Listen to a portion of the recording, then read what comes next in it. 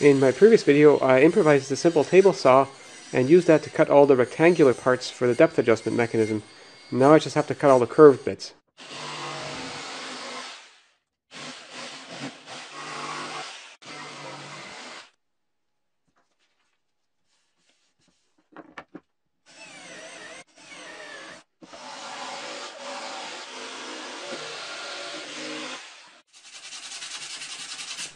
So I've just sanded where all the glue joints are going to go, because with old wood like that you get much better bonding if it's a freshly sanded surface.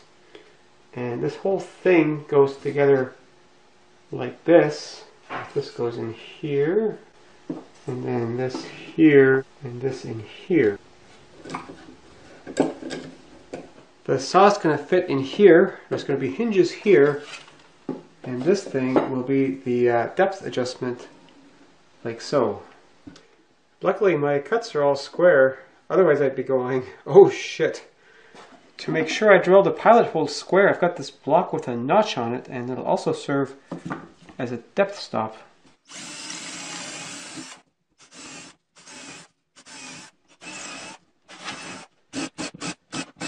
Now to assemble this, I'm going to assemble it first with just glue and just a few pieces at a time.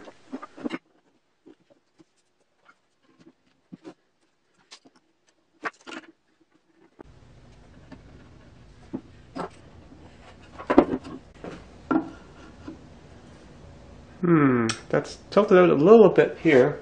And now I'm going to use this bigger piece of wood to force that joint into square. Now time to go play with the computer while the glue dries on that.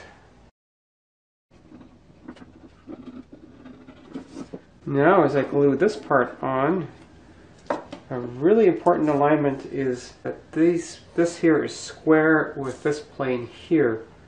If it isn't, any future alignment is going to be much more difficult.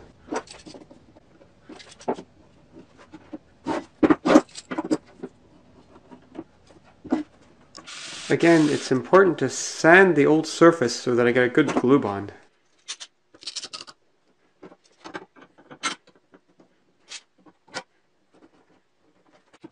With the glue now fully dried, I'm adding the screws. The hinges for the depth adjustment mount on here, and to get a better hold for them, they're going to screw into plywood which glues onto the particle board. And I designed this with regular door hinges like this one, but I have this pair of old hinges, so I'm going to use these instead because I got those for free.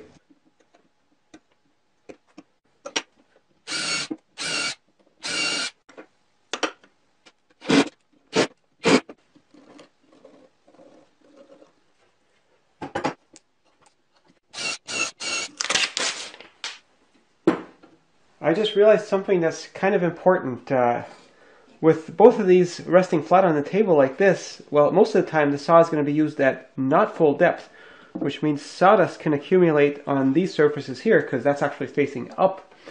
And then when you want to use the saw at full depth, this really gets wedged in there, and it might even try to pull this off of here. So the solution is to put a spacer in here to leave a little bit of room for the sawdust, and I've just re-drilled all my pilot holes for this new position. And I realized for the same reason I needed a gap right here, so I just moved the hinges this way a little bit. So the saw is going to fit into this bracket like so, but I need to strip off all the extra bits before I can use it. If you don't have a ring removal tool like this, I'd recommend taking that ring off with an angle grinder because you won't be using the saw for anything else afterwards anyways.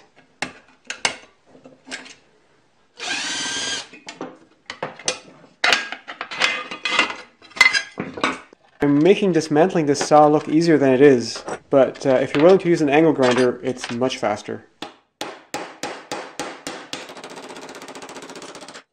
The saw motor fits in here like so, or at least it's supposed to. Problem is, I did not model this power cord in the CAD program, and so I didn't make allowances for it, so I have to drill a hole right about here for this cord.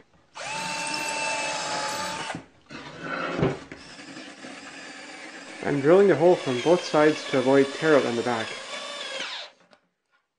Well, I just had to remove this piece here to make this hole a little bit bigger because it wasn't in quite the right place. And I've been fitting this saw and whittling away at it. It needs to go in here. And this saw has to be parallel to this plane. Right now it's still tilted a little bit this way. And so I've gradually been whittling away at some of the things here. So here I need to cut away a little bit more to make room for the saw.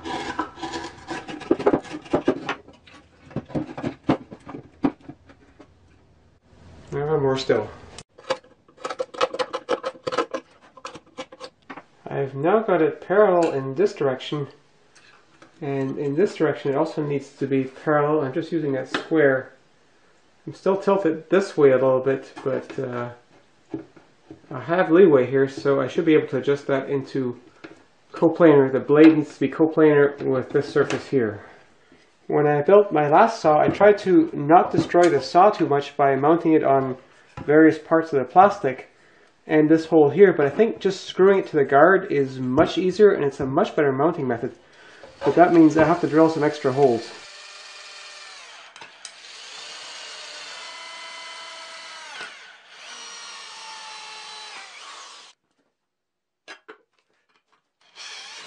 I drilled the holes on the front bigger so I could get in there with a screwdriver and a screw.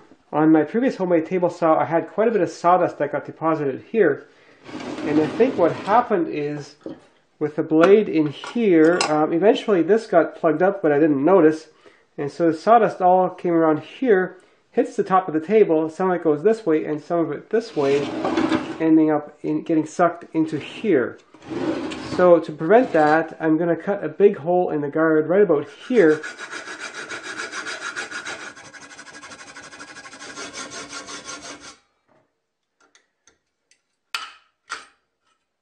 With the saw positioned so that it's parallel to this piece of plywood here, I've actually got quite a bit of space between the guard and the plywood. So I need some spacers, and I might as well glue these to the plywood itself, so that way when I screw it on here, the screw is actually going to have more support.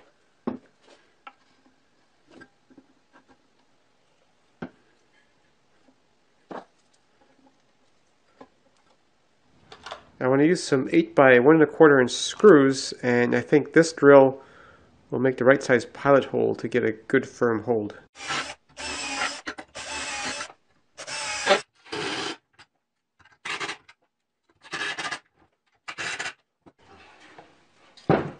With the ruler on here, I can see it's a bit too close on here, so I need a little bit of shim in here. And to prevent from losing them, I'm just going to glue the shims in place.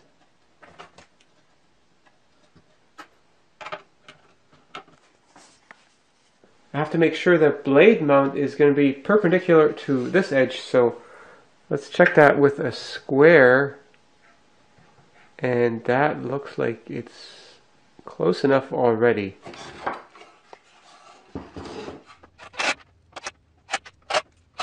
So I got this clamped on here now, and this is how the depth adjustment will work. My depth of cut is limited because the motor hits the particle board, so I'm going to cut out a cavity right here to get a little bit more. The best way to cut this cavity is with a router, but to keep the tools to a minimum, I'm going to cut this with a circular saw. Wow, that actually worked much better than I thought it would. Now, just to make sure this bolt hole stays aligned with the slot as I move through the depth. That's good. Now I'm finally ready to glue on the mount.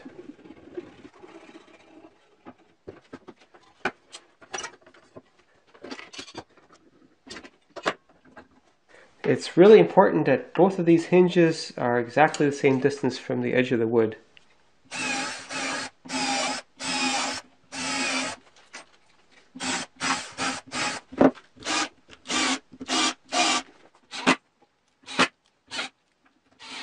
This part goes on here, and I've already glued and screwed this block on, and now I need to figure out where to put the pilot holes for this to fit on here, and I'm just going to do that by tapping the screws.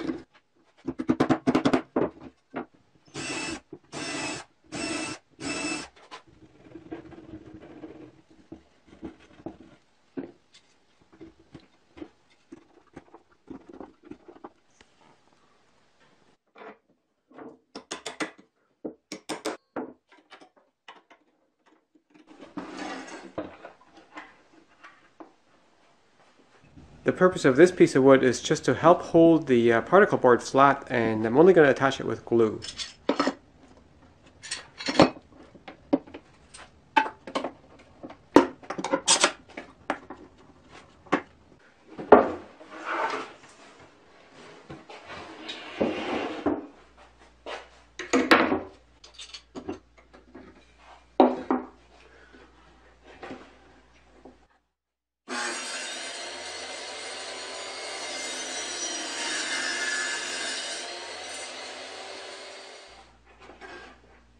I still need to make a proper fence and add miter slots, and I'll cover that in upcoming videos.